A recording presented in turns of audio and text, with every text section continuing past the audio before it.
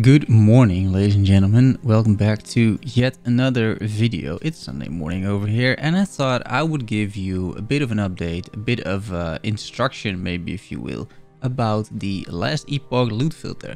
Specifically, a few of the rules that I use, especially in the new loot filter, which is a really amazing loot filter. I've had a few requests here and there, and I just think that there are a few things in general that are good to use. I'm not claiming that these are the best things you can do on a loot filter. There are many good people and other content creators out there that have created their own loot filter. If you want a much more elaborate one, I suggest you search for Heavy's loot filters, either on Google, you'll find those, or in the Last Epoch forums. I think he keeps them updated as well. Those are extremely elaborate per class loot filters, but that's not really what I want to talk about. I want to talk about a few rules that work in general and that can really benefit you, and you may not really know about them or implement them, or you may not use these things at all. So we have a few loot filter colors over here that I used, and I'm just going to go through these rules in general and just show you what they're about and why I have made these. And what I'll start with is my main color, I would suppose, of the loot filter. This is the purple color. And what I've done over here is basically select a number of affixes that are specific for this build. I usually recolor these loot filter rules because that just makes it easier for me. I instantly can tell what type of item this is and what I'm supposed to do with it whenever it drops. So what I've done over here is I made it recolor. I made it like pink, purple-ish. And I have selected a bunch of affixes that are good for my current build. So this means that in my case I am a rogue blade master, so I want specific things, right? I want, for example, specific damage types. I am physical damage based, so I want physical damage, physical penetration, that sort of thing. In general, crit and crit multi, very important, and I have a few very specific ones, like I'm working with shadows a lot, so I have selected a few of the shadow ones, right? Increased damage of skills used by shadows, increased damage per active shadow, and level of shadow cascade. So let me tell you about the section over here and why I've made the choices that I did. So I say that I want items with at least 3 of these affixes on the same item, meaning that I want an item to only drop if it has 3 out of the 56 affixes, which is it's quite a steep requirement, right? I am not dropping an awful lot of items, but that is fine because I don't want to keep clicking and picking up loot. I'm sort of scamming myself in that sense, but it's okay, right? If you want to see more loot, clearly don't use this rule, or just say, well, I want at least 2 of them. I'm also using the advanced options, not so much the tier of the individual affixes, because I don't mind if the entire item is good, but it has a tier 1, for example, do more damage per active shadow, because I have the affix shards myself, right? So I can craft that up if I need to. So I'm not putting, let's say, any requirements on the tiers. There are already not that many items dropping anyway. If I start using this as well, then it's going to be a little bit problematic, right? However, I do have requirements for the total affix of the item. The total affix of the item is basically the affixes which you get if you combine all of the tiers. So I'll give you the example. Take a look at this helmet. You can't see, but if you press Ctrl and Alt, you can see the tiers, right? It's a double tier 5, a tier 4, and a tier 1. If you want to know the total affix tier, you just add up all these numbers.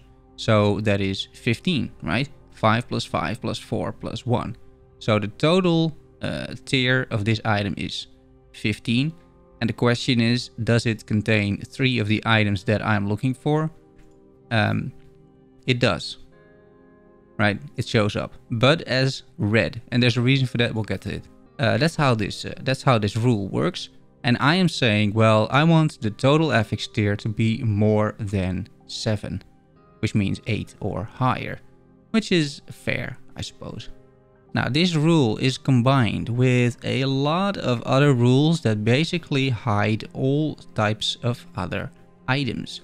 All types of other items that I don't want to see or that I don't need anymore.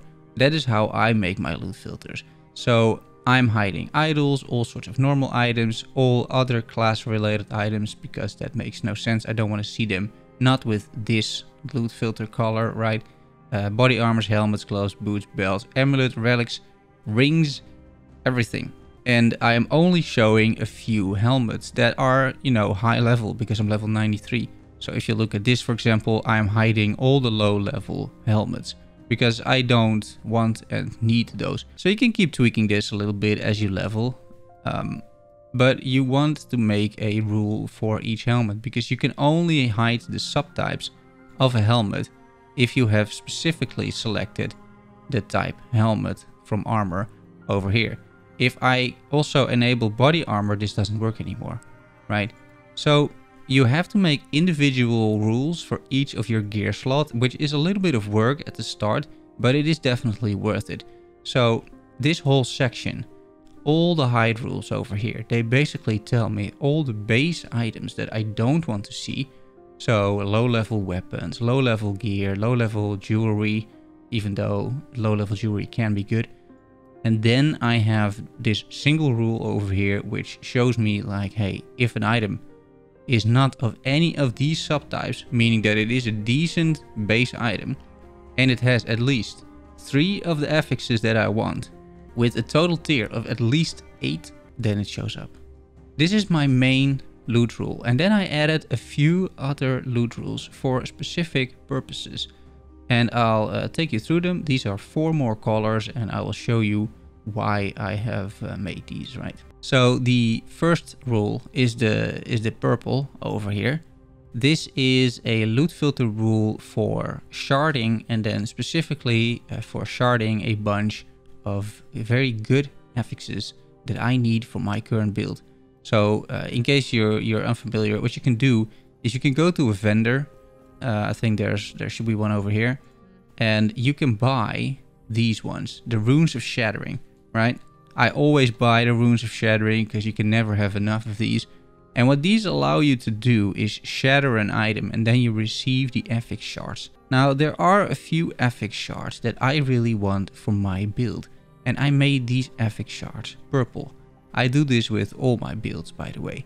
So I have selected only a few, very few shards, right, for the rogue. And these are, for example, the shadow ones again. So you will see level of shadow cascade, level of dancing strikes, level of decoy, because these are the skills that I'm using, right? So these are the skills that I'm using, area of dancing strikes. So I have a few of these things.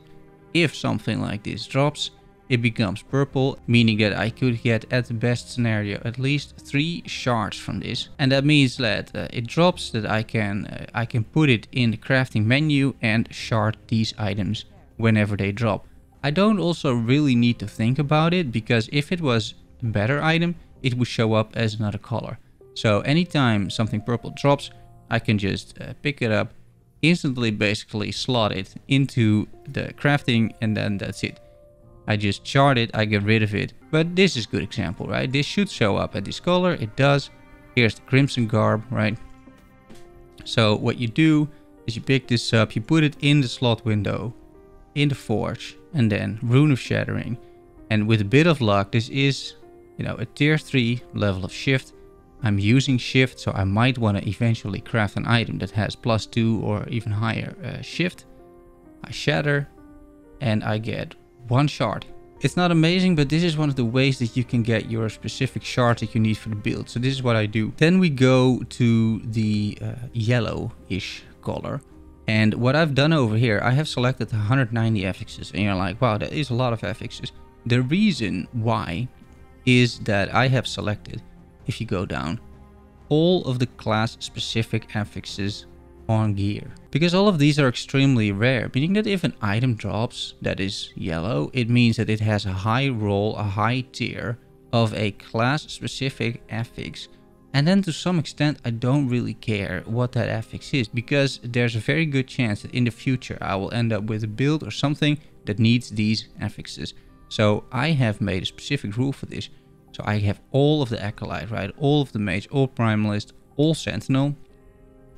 All of these things. If they show up with just a high roll, then they will become yellow, and that also means that I can simply use a rune of Shattering on them so that I can get those shards, with the sole purpose of just creating a bunch of class specific affix shards that if you have a build in the future that requires those, you don't have to farm for them then, because they are so rare, right? So that's how I'm taking these kind of things usually, meaning that I create a specific rule. If these items drop, you can shatter them, and this way sort of keep a good and healthy stack of class specific affixes. Then I have a specific rule for the idols. The reason why is that idols only have 2 affixes on their items, right? An idol consists of only 2 affixes. If I open up my idol pouch, see, this is 2 affixes: increased health and damage of attack used by shadows, active shadow damage, and ward, right? It's always 2 affixes, meaning that if you want to put these idols rules in the general rule over here, the purple one, it's not going to work, right? Because here I said with at least 3 of these affixes, that will never work for an idol, because there are never 3 affixes on an idol. So you need a specific rule for idols. I've made it close to the in-game rule for idols, so that I'm not getting too confused here. And I have made this specific for my build. You could make another rule if you want for idols in general and start selecting all of the good, all of the good and rare affixes. I thought it was a little bit too much work for now. Also because of the new audio pouch and everything, like I still figure out a little bit what kind of idols are actually good and what I need. So I've just limited myself to my current build. So here I have selected 13 of the affixes that I would like to see on an idol, and otherwise there's nothing really too fancy about it. I'm just saying that it is one of these affixes. You could go into advanced options, but for idols it doesn't really matter. There aren't many different tiers. I think all idols are tier 1. What you could do, but then hardly anything will drop, right? But what you could do is say, okay, I'm gonna go with the total affix tiers, and then I'm going to say that they're equal to 2, meaning that out of the 13, you will only show items if 2 out of the 13 are present on an idol. Now that's gonna be extremely rare that is the case. So I'm not doing that, but you could, and if you know what you're doing, then go for it. And then the last rule, all the way at the top, I have created a rule where I'm basically saying like, hey, this could be a good item in general. Let's just see it. Let's just drop it, have it show up, and then I will evaluate along the way, right, how good this item really is. What I've done here, I have selected 375 affixes. You're like, that's a lot of affixes. It's true, right? It is a lot of affixes, but these are basically old affixes. I don't really care anymore about anything else. I'm just selecting old affixes because it is not about which affixes we have selected. It is about the total affix of all of these things, where I have said like, hey, I only want to see this item if the total affix tiers of all of these things combined are more than 14, or in other words 15 or higher. This is rather rare. There are hardly any items showing up at corruption level 126 or something, that's what I'm farming now, that apply to this rule or that adhere to this rule. You will still see very few orange items drop, and that is interesting, I think, but still, you can go even higher and say, okay, we're gonna show only everything that has more than a total of 15 tier affixes. Well, that's not really gonna work, I noticed. Now basically nothing shows up. If you go even higher, the game is telling you like, hey, items with this many combined tiers are rare. Otherwise, it's basically saying this doesn't drop, because I started out with more than 17 and I played for 2 hours, not a single item dropped, right? I then went down to 16, nothing, right? This is basically the game saying like, hey, we don't drop this shit, right? So I found that 14 for empowered timelines, corruption level 126 is what I'm at ish. That is decent. You see an item maybe every 15 minutes or so of farming. I find that fine. It's up to you though, right? You can play around a little bit with this. If you don't mind picking up like 10, 20 items each run, I do mind that, then put it at 12, right? You're gonna find plenty of items. And these can be very good because the overall tiers, you know, are good. So if you get a little bit lucky on the modifiers, then, you know, you only need to add maybe 2 or 3 or 4 more crafts and you have a very good item. I just didn't want to, let's say, differentiate between the actual affixes because I want to keep this rule a little bit simple. These items are so rare that I don't mind sort of evaluating the item whenever it drops and then looking at it and seeing like, hey, is this a salvageable item or not? So that's how I look at it. But you could clearly, you know, focus this a little bit more and say, well, you know, I'll never play a throwing build, right? So let's get throwing out of the mix. Or, I don't know, I never play a sentinel, so get block out of the mix. I don't know. You can play around with this clearly, but I didn't want to do that. I just wanted everything, right? And then maybe an item drops and it might even inspire me for a build. That's a little bit how this rule is set up. And that's basically it. These are the rules that I've made and the reasoning behind those rules. So I hope you enjoyed this little video. I hope it was useful. I'll make sure you can find a way to get to this loot filter specifically if you're interested in the description down below. That may require you to join the Discord because there you can easily host loot filters. Maybe I'll make a paste bin, we'll see. But that is it, ladies and gentlemen, for now. I hope you enjoyed the video. Thanks so much for watching and see you soon. Bye bye.